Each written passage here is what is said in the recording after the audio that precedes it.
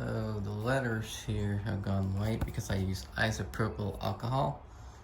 Turns out you can fix it with a hairdryer.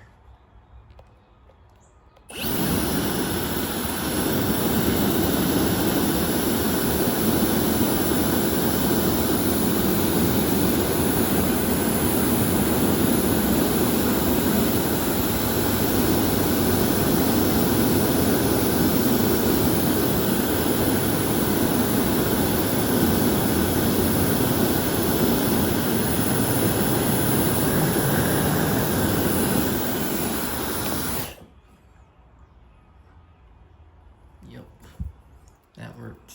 Get this one.